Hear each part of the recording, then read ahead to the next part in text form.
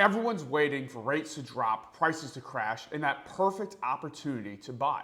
But in 2025, that window might not open. Here's what's really happening and what you should do before the market leaves you behind. In this video, I'm breaking down what the real estate market looks like for the rest of 2025.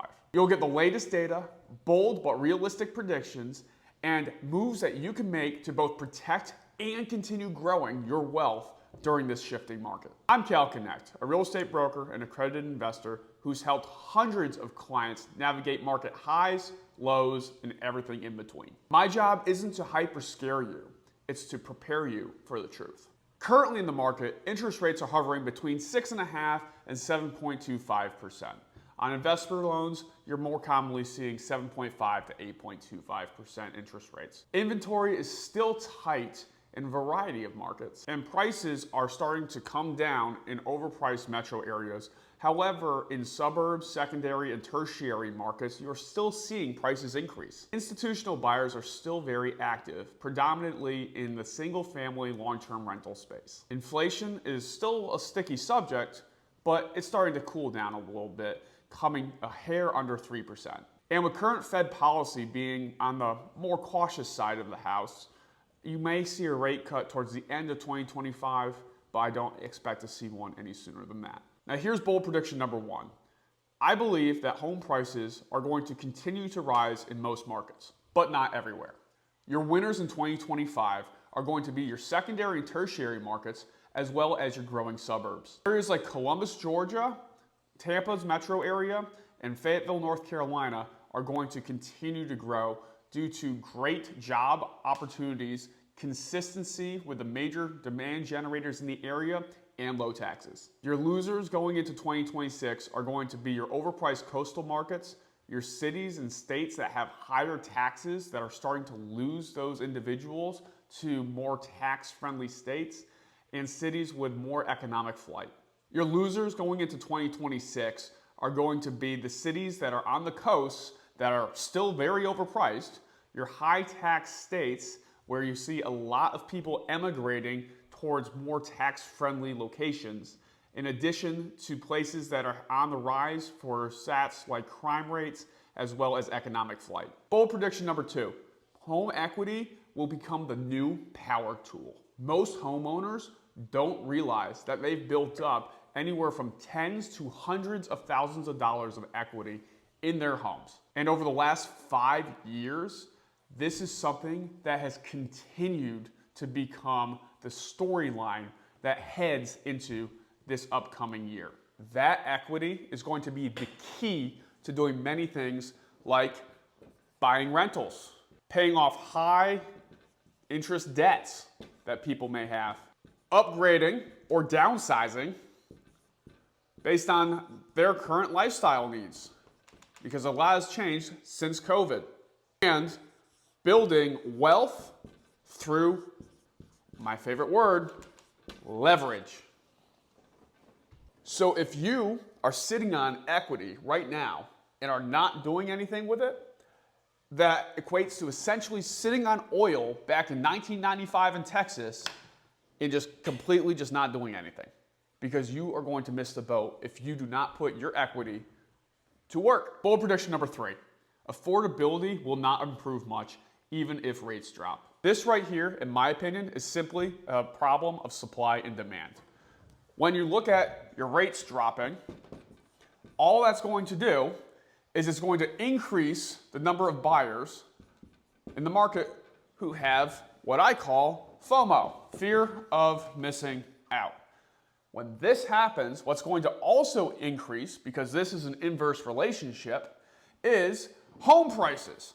They're going to go through the roof, just like we saw happen back when interest rates were sub 3% for primary residences just a few years ago. So essentially, if you wait, it may actually cost you more money in the long run than if you act now and just purchase what you're looking for that's going to fit your lifestyle needs, especially if you are looking to invest in rental properties or potentially do things like house hacking. You may be better off in the long term finding the right property for what you're looking to do.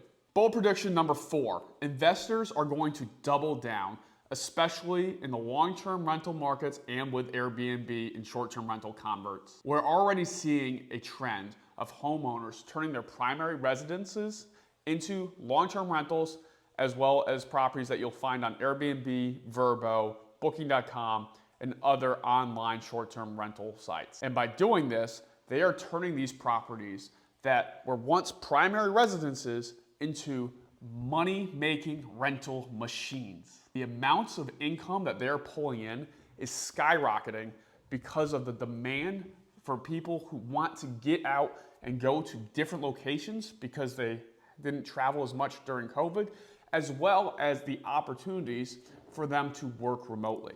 This will be especially true in high demand zip codes that you're seeing utilized heavily for Airbnbs with consistent growth and consistent events and options at that time, as well as seeing people renting out ADUs or single rooms in their dwelling.